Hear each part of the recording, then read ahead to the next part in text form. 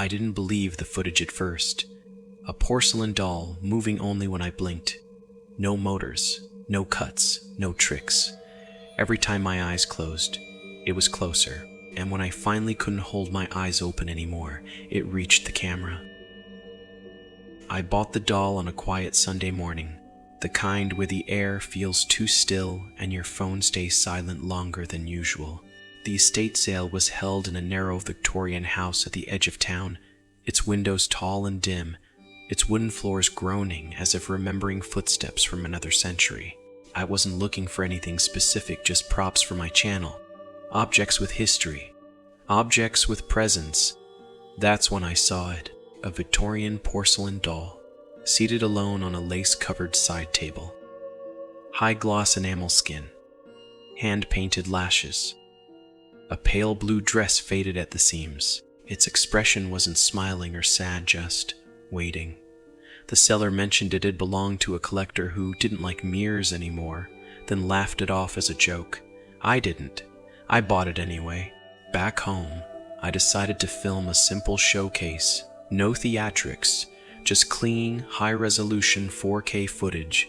I placed the doll on my desk exactly 48 inches from the camera lens.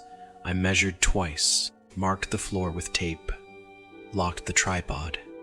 No jump cuts, no edits, continuous recording. At first, nothing happened.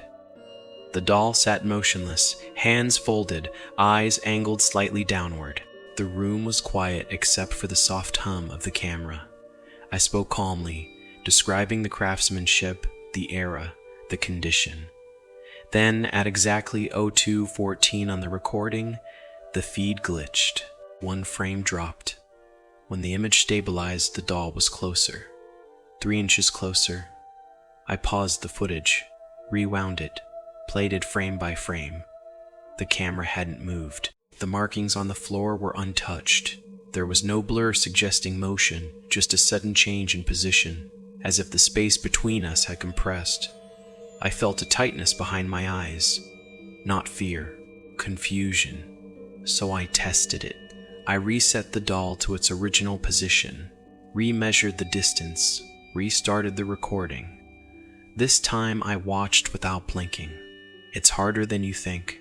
The human blink reflex isn't optional, it's a maintenance system. Your eyes burn, dry out, begin to pulse with pressure. I could feel the strain building within seconds. To ensure accuracy, I activated eye tracking software and set up a second camera focused solely on my face, dual feeds, synchronized timestamps. If anything moved, I'd know exactly when. 30 seconds in, my vision started to shimmer at the edges. 60 seconds, my eyes watered uncontrollably. I held them open anyway. Then I blinked, just once. The doll's head had tilted 5 degrees toward the lens. I didn't move. I didn't speak. I replayed the footage. The moment my eyelids closed, the doll's head orientation changed between frames. No blur, no transition. One position, then another. It hadn't fallen. It hadn't been nudged. It had turned. I told myself there had to be a rational explanation, a trick of compression, a flaw in perception, so I escalated the experiment. I placed a laser measurement tool on the desk, its red line cutting through the air between the camera and the doll. I added ambient microphones sensitive enough to catch fabric shifting. I sealed the windows, locked the door, turned off the AC. Then I blinked again. The doll was on the floor, not toppled, not fallen, standing, half the room away. No sound, no vibration. The laser now measured a distance that shouldn't have been possible in the time that had passed. I hadn't looked away, I hadn't moved, and yet the gap between us had been halved. The temperature dropped next, not gradually, instantly. My breath fogged the lens for a moment. Goosebumps crawled up my arms. The microphones picked up nothing. No footsteps, no shifting porcelain. But the thermal sensor showed a sudden cold bloom centered on the doll. I moved closer to inspect it, careful not to blink. That's when I noticed the fractures. Hairline cracks spreading across its enamel surface, fresh and sharp, like stress fractures in ice. They hadn't been there before. I had documented every inch of the doll earlier. This was new, as if the porcelain was struggling to hold something inside. I stepped back. My eyes screamed for relief. Tears streamed down my face, blurring my vision. I wiped them away without closing my eyes. I told myself I just needed 10 minutes. 10 minutes without blinking. Proof. Evidence. The clock on the screen ticked upward. 4 minutes. 6. 8. My vision pulsed. Colors warped.